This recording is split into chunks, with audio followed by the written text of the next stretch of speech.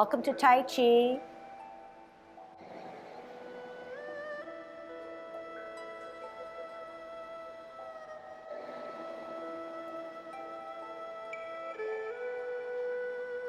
Everybody ready? Let's warm up. Hands at our waist, turn our neck. 1, 2, 3, 4, 5, 6, 7, 8, 9, 10. Stretch your neck. 1, 2, 3, 4, 5, 6, 7, 8, 9, 10. Turn your shoulders. 1, 2, 3, 4, 5, 6, 7, 8, 9, 10. Other way. 1, 2, 3, 4, 5, 6, 7, 8, 9, 10. Expand your chest. 1, 2, 3, 4, 5, 6, 7, 8, 9, 10. Waist exercise. 1, 2, 3, 4, 5, 6, 7, 8, 9, 10. Airplane. 1, 2, 3, 4, 5, 6, 7, 8, 9, 10. Touch toe. 1, 2, 3, 4, 5, 6, 7, 8, 9, 10. Turn your hips. 1, 2, 3, 4, 5, 6, 7, 8, 9, 10. Other way. 1, 2, 3, 4, 5, 6, 7, 8, 9, 10. Be careful. Shift your weight. Kick your foot. 1, 2, 3, 4, 5, 6, 7, 8, 9, 10. Other side. 1, 2, 3, 4, 5, 6, 7, 8, 9, 10. Kick your butt. 1, 2, 3, 4, 5, 6, 7, 8, 9. Shift your weight. 10. Turn your knees. 1, 2, 3, 4, 5, 6, 7, 8, 9, 10. Other way. 1, 2, 3, 4, 5, 6, 7, 8, 9, 10. Heisman, opening up our stance, parallel feet. Choose one side, cross and hold. 1, 2, 3, 4, 5, 6, 7, 8, 9, 10. Other way. 1, 2, 3, 4, 5, 6, 7, 8, 9, 10. Short one.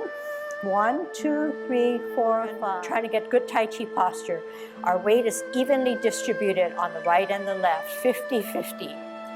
Our shoulders are dropped and drooping to allow our butt to tuck under as if our pelvic bone is flaring up. Our chest is sunken in as a result. Our knees are not flexed, but they're ready for action, so they're relaxed.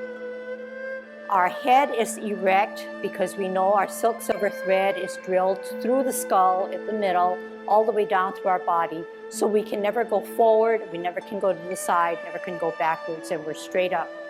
Our tongue is on our palate. Our chin is dipped downwards, however, our glance is way ahead, not towards the floor, okay? We're gonna shift our weight, open up our span, shift our weight to the left, and be a golden cockerel standing on its left foot.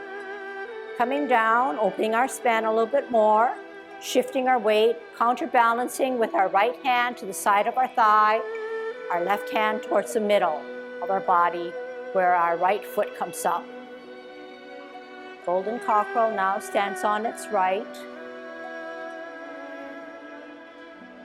Down, center, up, golden cockerel on its left, down, center, and up. One more set, down, and up. Down, and up. We also know another movement in Yang style Tai Chi, it's called kick out.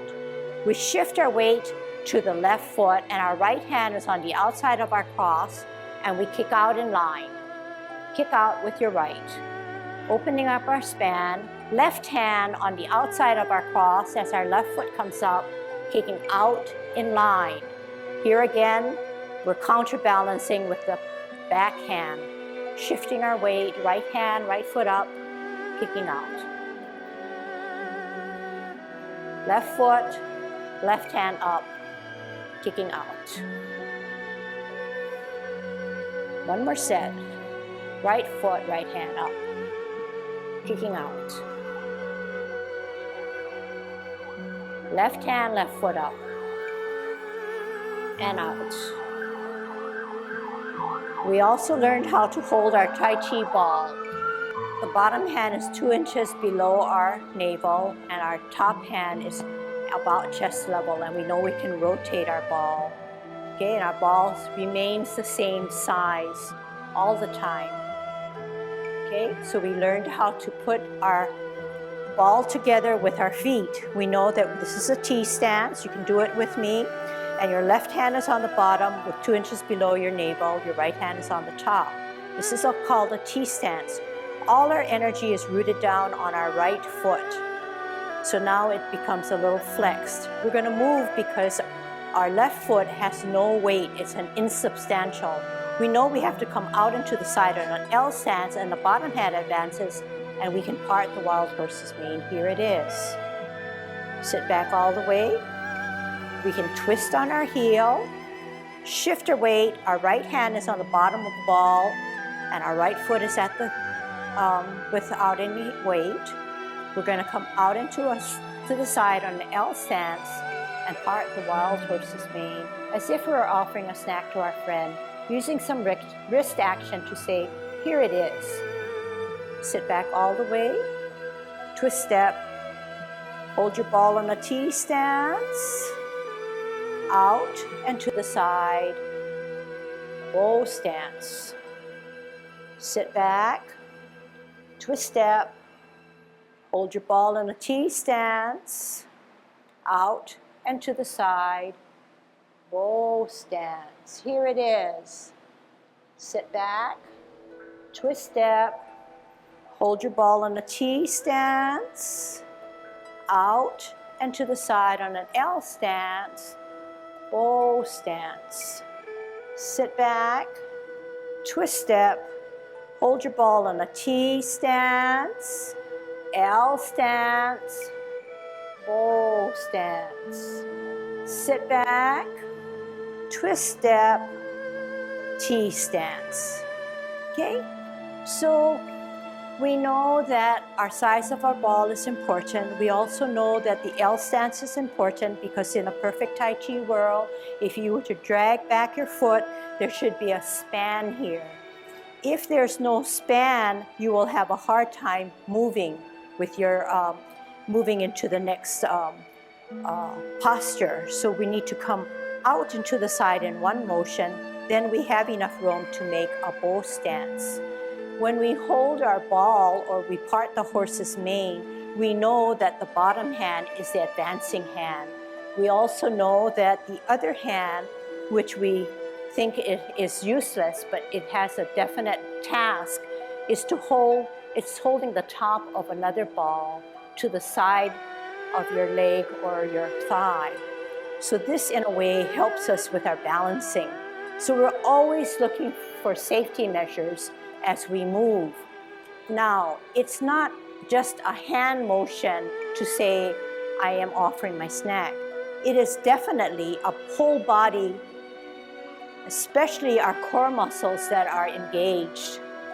That's the way we move in Tai Chi. So the energy is stored in the planted foot. However, the movement is complete only when the core muscles are engaging the movement. So to put it a little simpler, if I wanted to part the wild horse's mane and it's only a hand and wrist movement, this is where I would be. All I would do is my bottom hand would advance and would come out this way. However, that's not good Tai Chi because my whole body needs to come into play. If my energy is stored on my back foot and I know I need to use my core muscles, I need to generate that energy and muscle to make this movement possible. If I have my hand out and all I did was move my energy and my body, my hand does no work, doesn't do very much. It's moving with my torso and my muscles. Okay, so that's a big difference. Unlike what is incorrect, where I would make an L stance and I would use my hand to bring it out, and my body did not help me. And in this situation, when I did an extreme like this, I'm putting stress on my knees. Okay, so I don't want to do that. I don't want to get into that habit. I want to be able to move as a whole body and unit to make that movement. So all the time we're going to be reevaluating all our movements to see if we're doing this correctly, because we never go on to get into a bad habit that's going to be harder to get out of. Okay?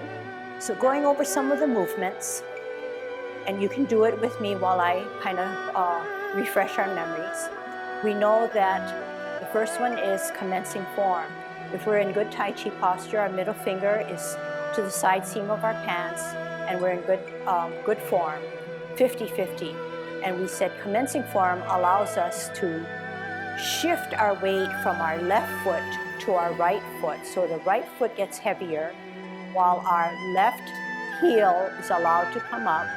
We're on our sole, we're on our toe, and then we're going to open with our toe down, our sole, then our arch, and then our heel as our hands then rotate to the middle of our thighs.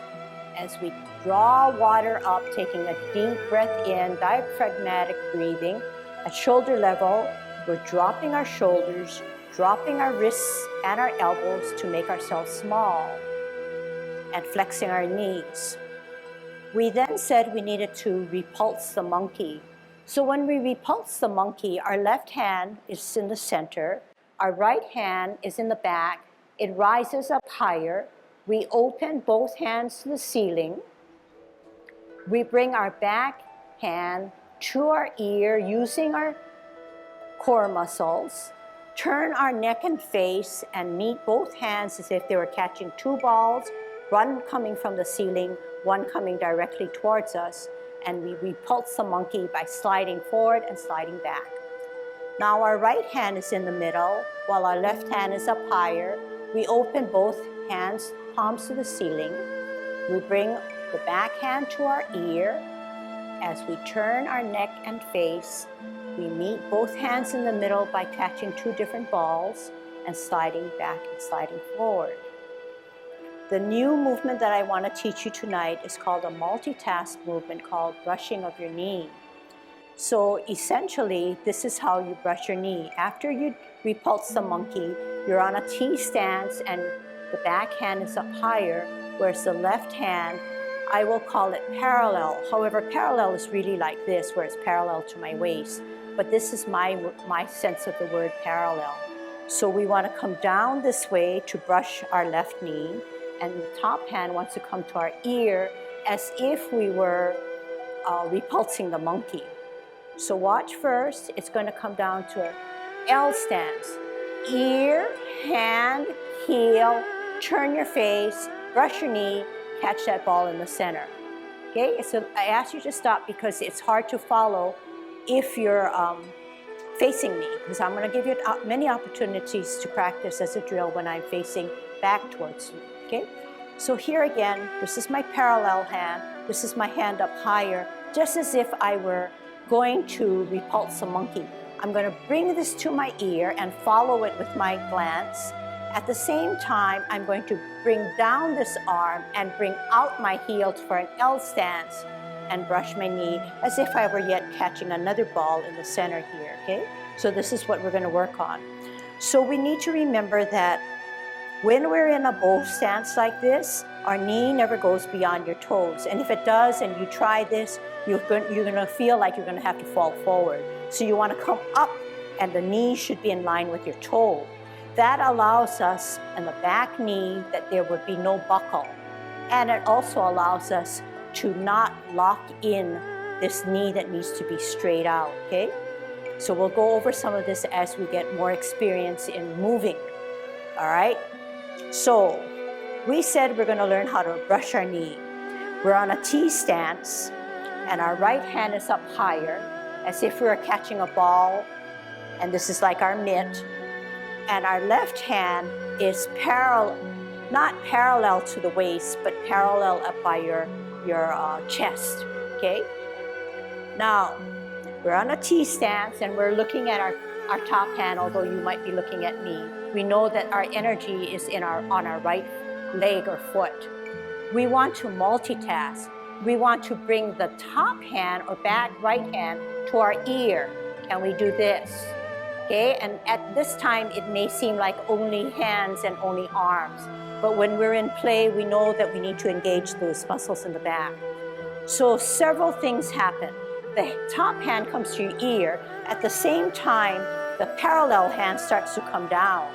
Okay, those are two things that are going to happen. But a third thing will happen to help us with our movement. We're on a T stance, and we want to come to an L stance. So how do we get to an L stance? On our heel. But it would be silly to come out on the heel without moving this top hand and the parallel hand. So we're going to have to do three things all together.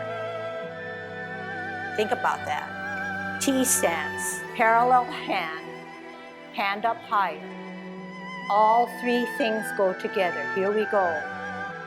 Ear, hand, heel.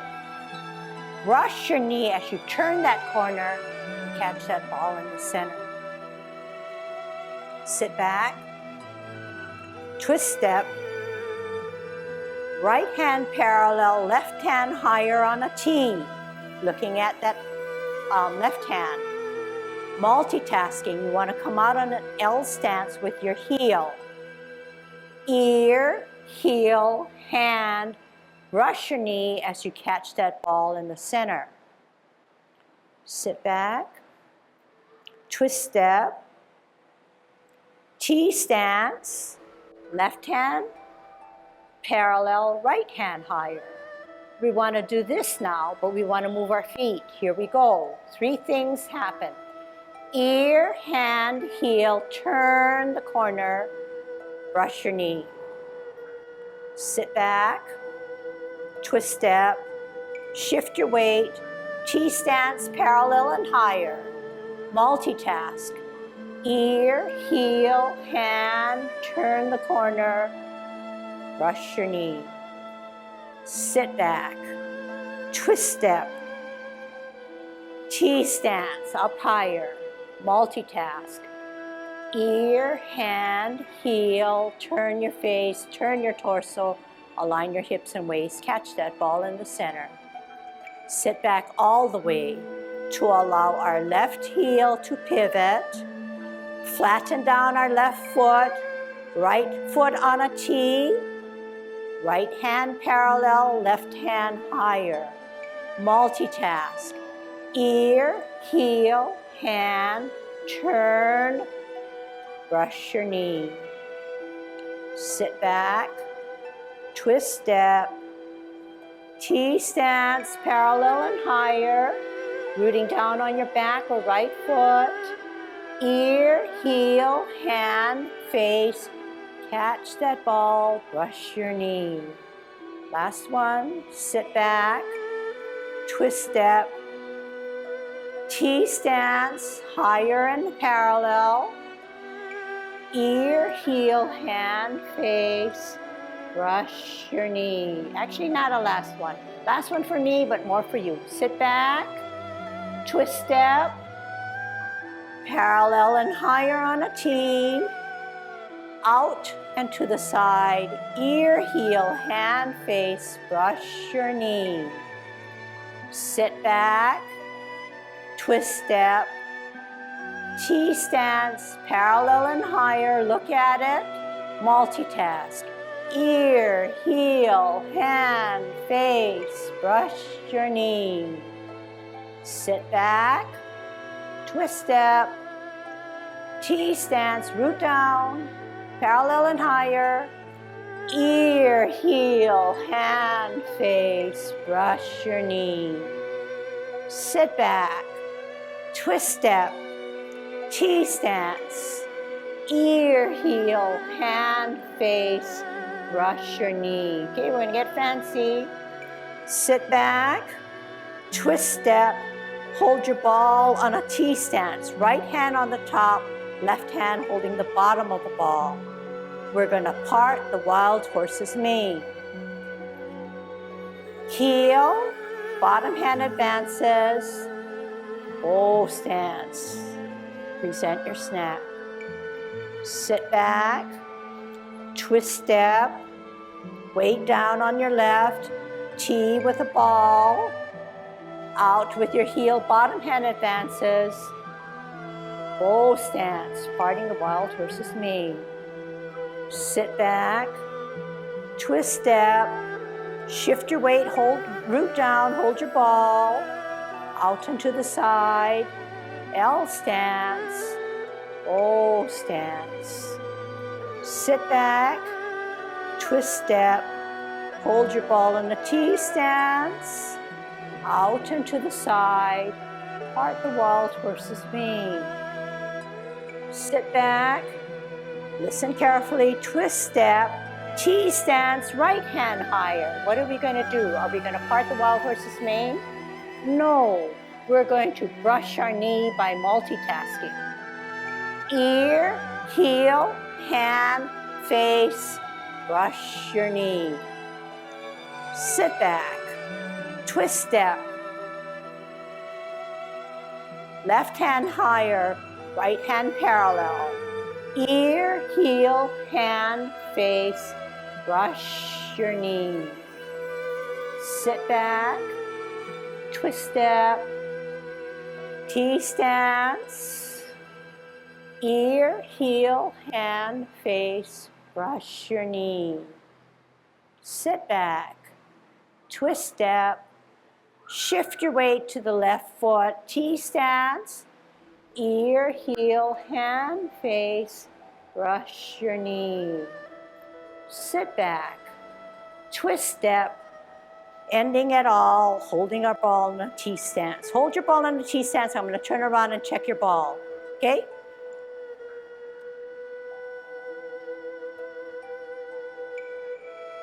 Okay, very good. All right, hands down. All right, see if I can help you a little bit more. Size of ball good, except just a little bit, yeah. Okay, 2 inches below your navel, which is your dantian area, and right at chest level, no matter what hand is on the top, what hand is on the bottom. And the reason why we're so particular about everything is because Tai Chi is a discipline. It's very precise. It's very specific for a good reason, because it keeps you safe. It centers you. So for instance, with a ball, if your ball is too small, you're not making the best use of your centering. The centered position needs to be chest level and 2 inches below your navel, which is your dantian. And in most situations, we are using our ball for better balance, or we're using it to center before we recycle our energy.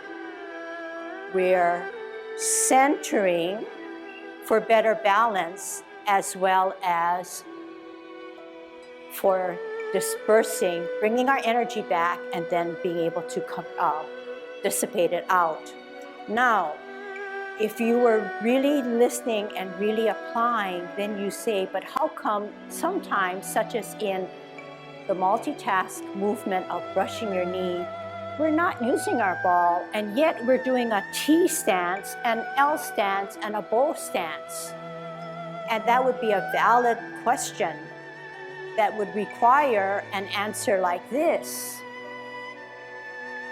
When we are on a T stance and we're in this position, this is actually helping us with centering.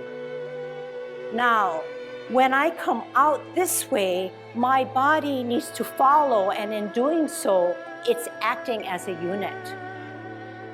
So although we don't have our ball at this point, this is almost like a counterbalance, or keeping our energy close to us, because we know that this backhand needs help and our body needs to work together. Okay, to put it in a simplified way.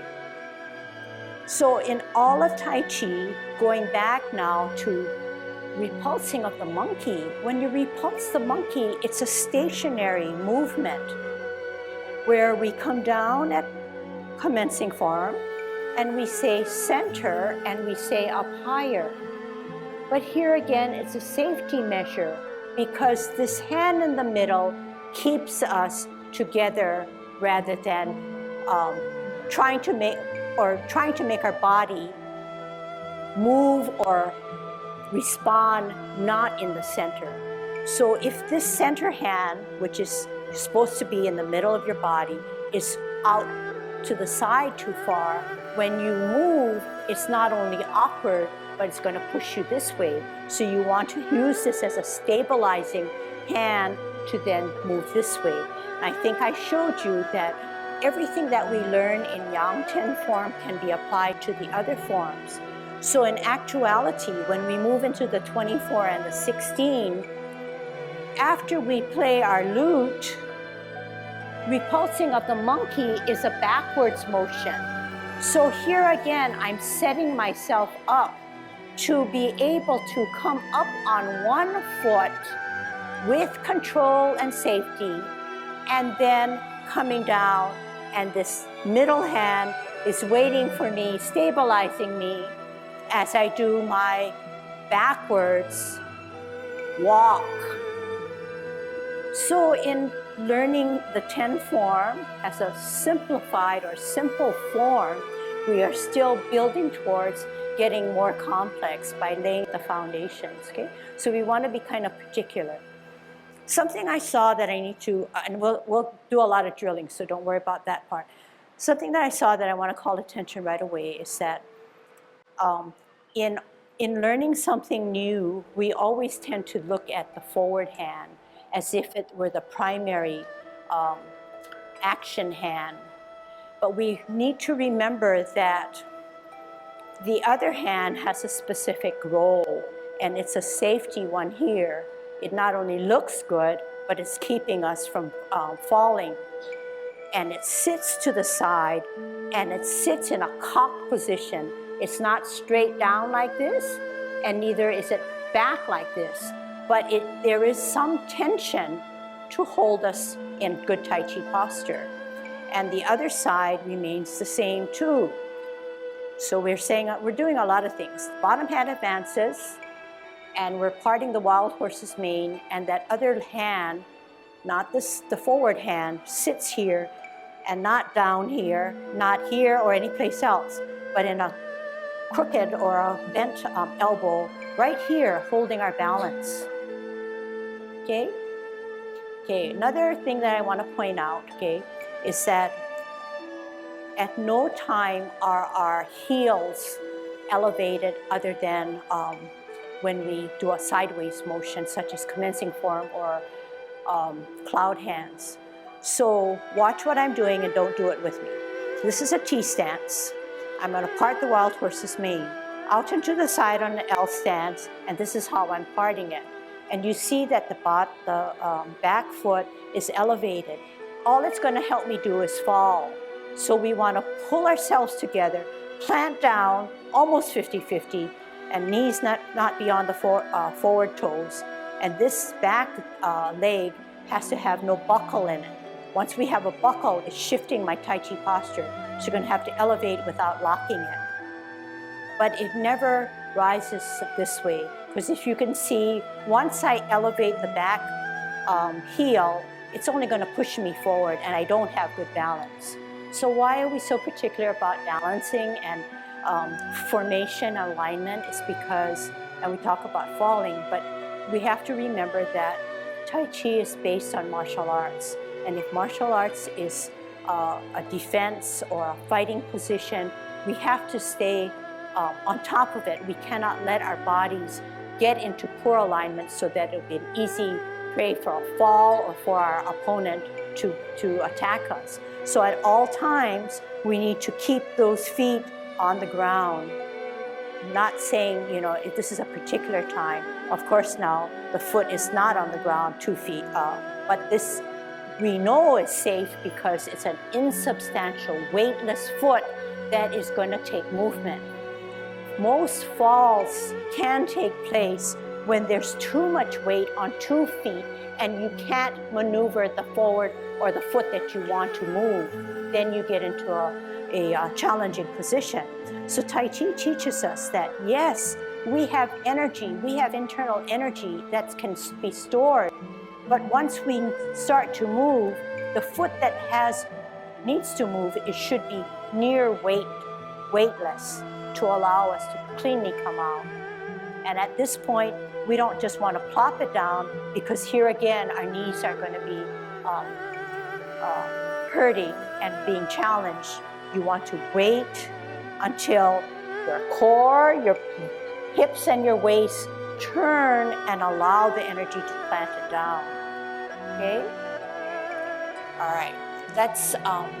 Let's try to think about what I just said.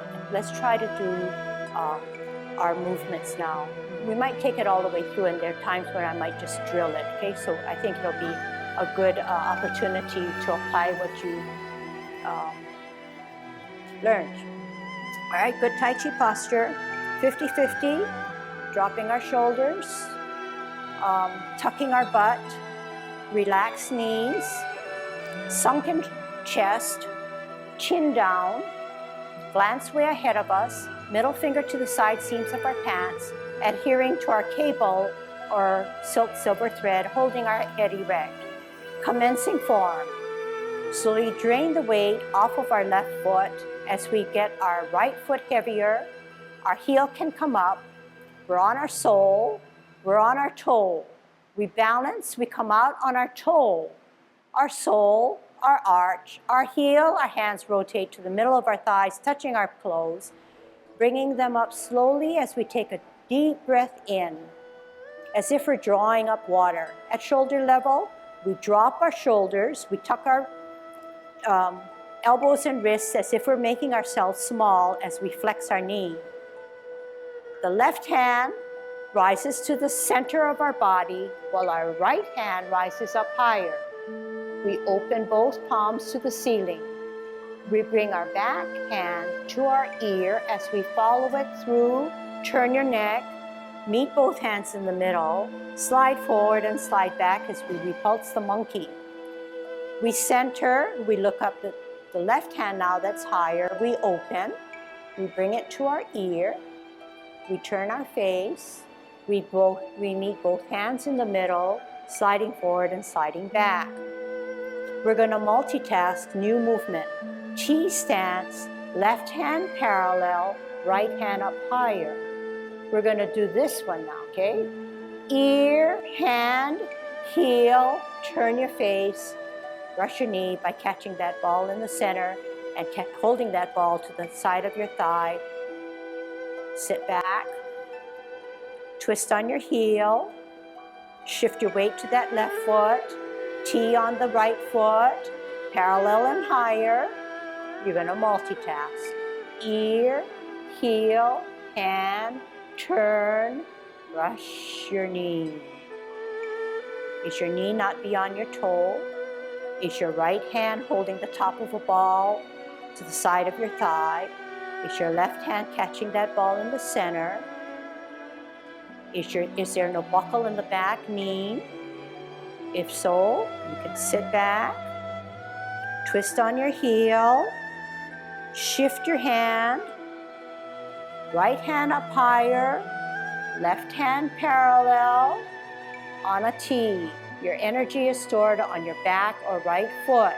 You want to bring and generate that energy to bring it out on an L stance. Multitasking. Ear, heel, hand. Generate that energy. Turn, hips and waist. Brush your knee.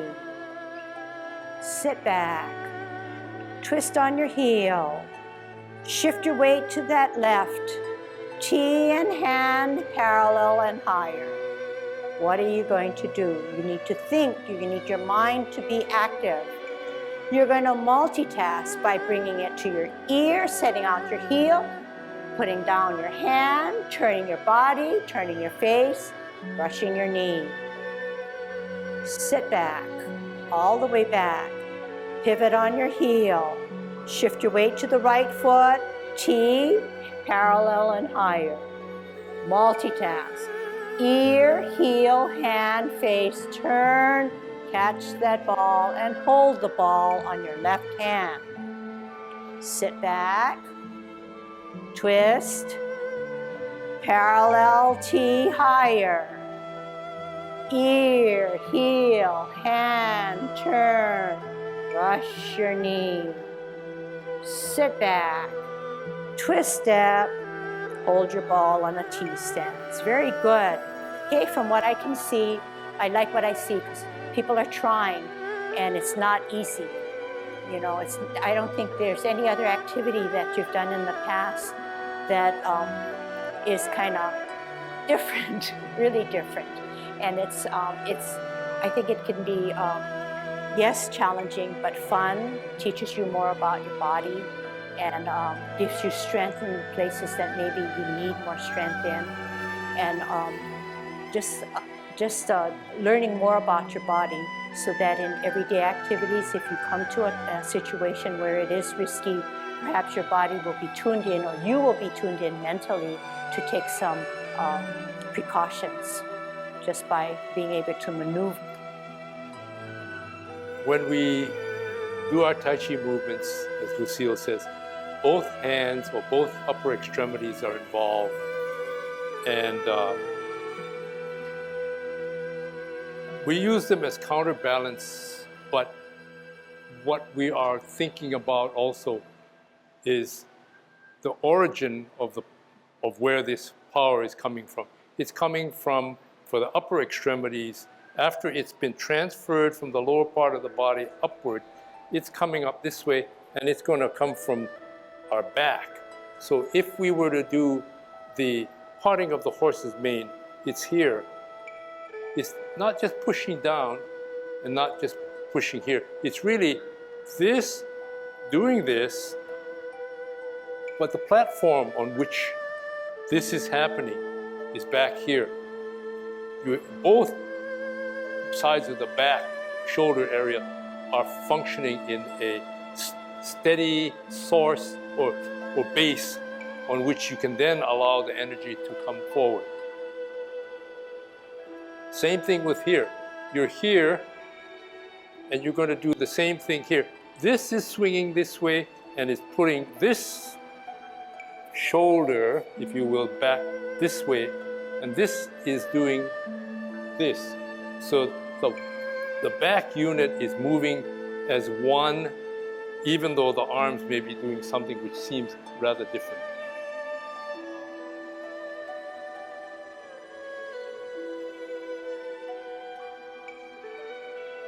So when she talks about core muscles, we're trying to get not only the legs, the pelvis, the butt, the lower back. We want the upper back. And all of this stuff, the energy is coming from some solid base. Say if you're with your legs, the solid base is obviously this leg. But as you come forward, it's shifting leg, waist, shoulder, up. Okay? Sit back, you shifted everything back down to your leg, you shifted it still down to your leg. You're coming up, out, up the leg, waist, shoulder, up. And so that's talking about core muscles. Another thing that's basic in Tai Chi, at least Yang Tai Chi, is we're dealing in circles and spirals. At this point, when we're teaching you hand to the ear, it's rather mechanical.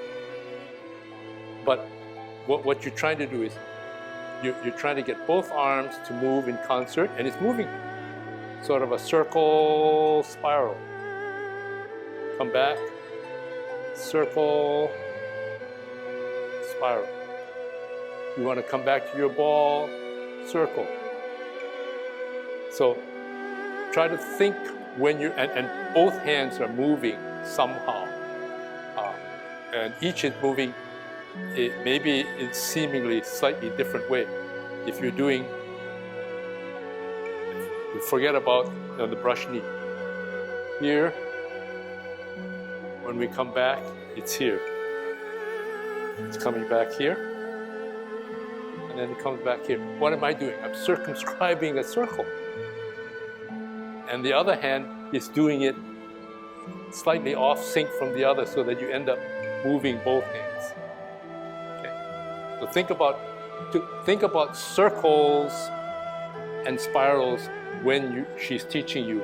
That's the next step of how to connect the dots, so to speak. Right now, as in sort of some child's book, they say connect the dots so you can see the picture. So we're trying to connect the dots, but then when you see a rather geometric formed object. But then your mind says, that is a ball, that is a bird, that is whatever the object is, and you fill in the blank. And that's what this Tai Chi is about. So in our new movement that we learned tonight of brushing our knee, it's similar to repulsing of the monkey. So when we repulse the monkey, we look at our backhand that's higher, we bring it to our ear, we turn our face, and we follow both hands to meet in the middle. That's repulsing of the monkey. When we brushed our knee, we're looking at that backhand again, and we're also following it through to meet in the middle as if we're catching another ball. So in Tai Chi, there are variations, but many variations, but to see the connection should make you recall that, hey, it is very similar. So if you have many similar things, then you can feel that you're more confident because you learned one correctly. You can apply some of the movements to the next one, although it is a multitasking and you're going to have to do many things at once. So I want to kind of go back over to how much you bring out your hand where you look and how you turn, because I think that's important, okay? So I'm going to turn this way, and we're going to work on first repulsing of the monkey. So we know that the top hand is going to be the right hand. So we say it's going to be higher. But first of all, we know higher is easier because we know it's in reference to our middle hand. So we don't want two hands at the same level. So the back hand or right hand is higher. Okay, remove the center hand now, okay? So we said now, where do we want this hand? We don't want it straight across our shoulder. We want it slightly back. So go back to your straight across from your body and say, she said, a little back. That's all I wanted. Now put your hand down. I want it higher and slightly back, but I don't want it higher and way back. Okay, and I'm going to turn this way and show you what I don't want. I don't want the hand way back. I don't even want it this back. I only want it an estimate from your side of your body and slightly back. So how do you determine slightly? Now look at my waist. Put your hands down and look at my hips and my hips. Okay, look at my hips. This is where I want it off to the side of my shoulder and slightly back.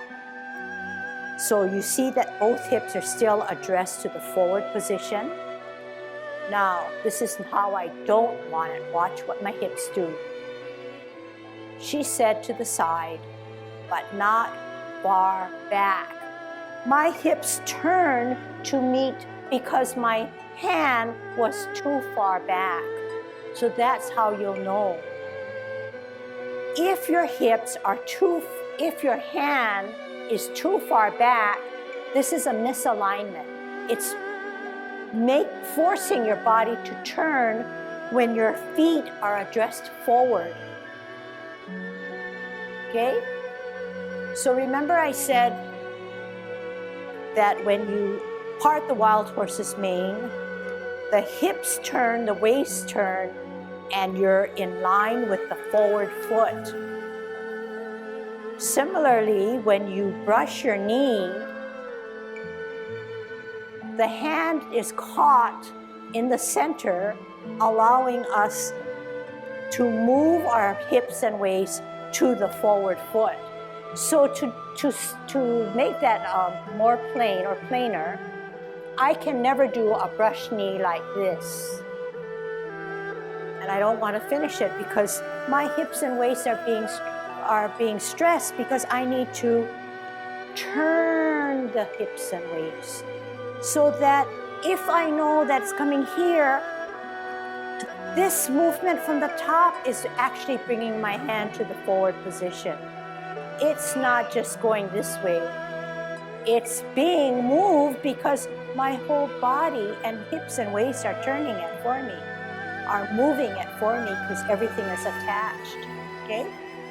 So let's get that position down correctly. Now turn this way. She said that it's not directly across, it's higher, but it's slightly more.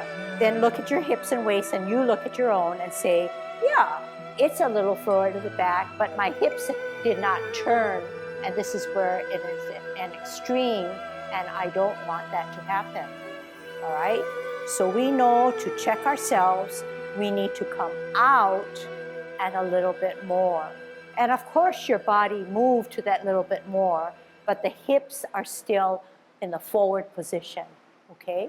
Now, when we find that, we know that it's not just a hand motion that's coming to our ear.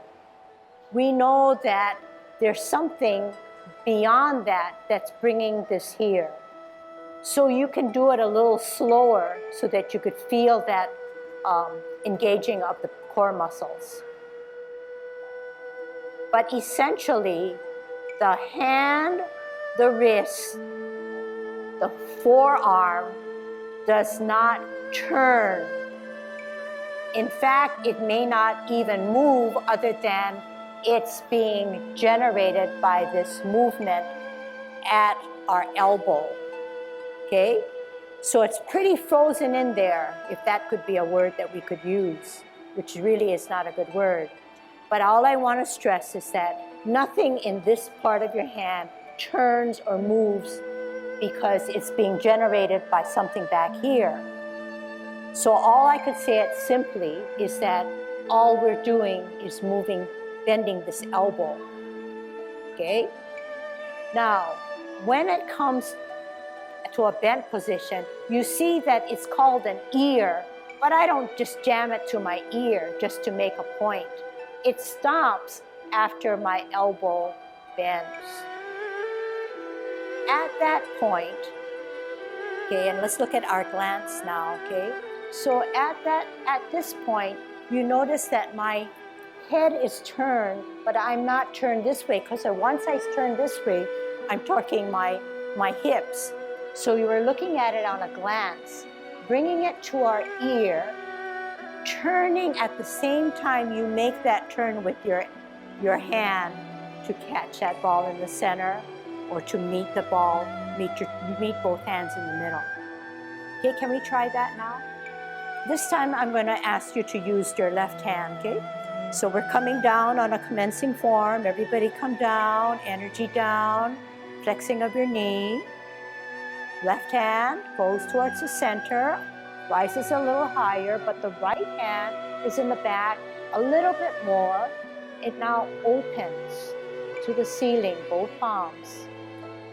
You're going to use that energy to bring it closer to your ear as you glance at it. Then you're going to turn your body, neck, head, to catch it in the middle.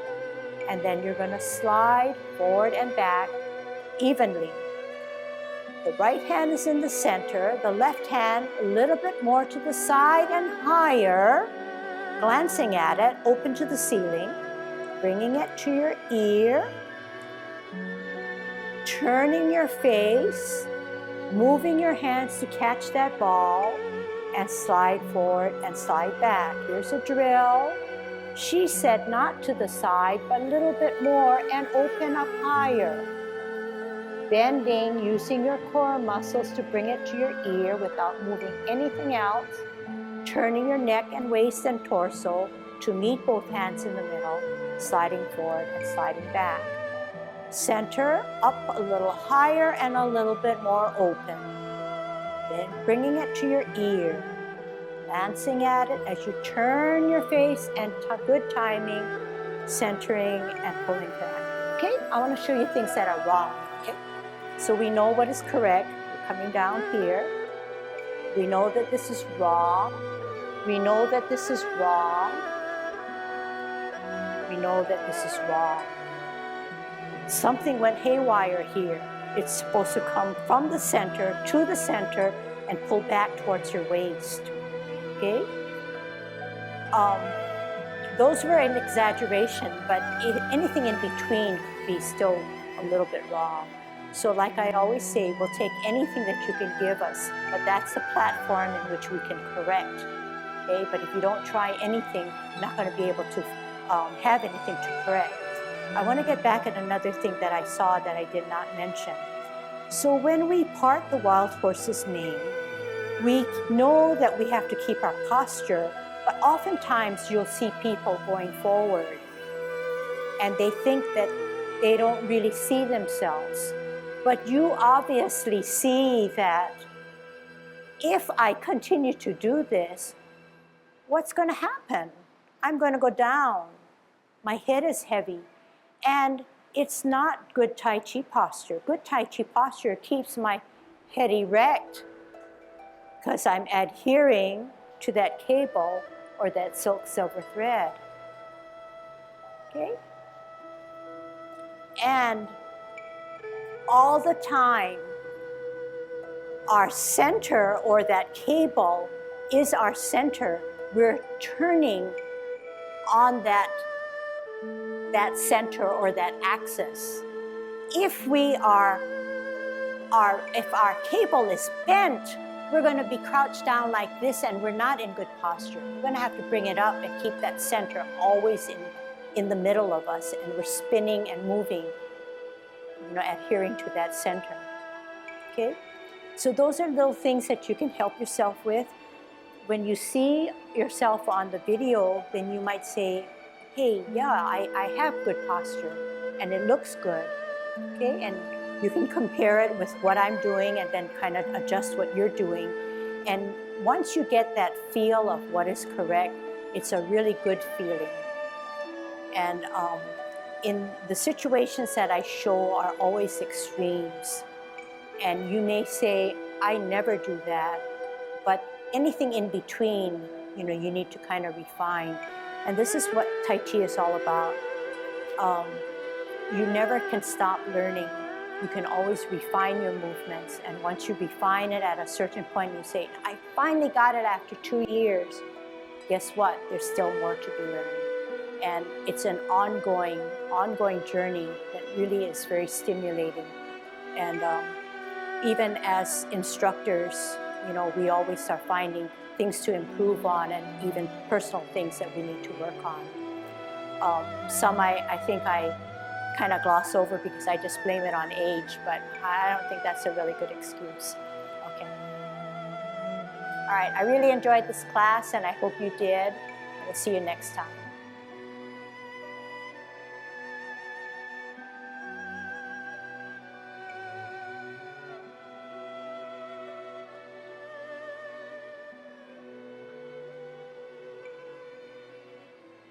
Okay, good job.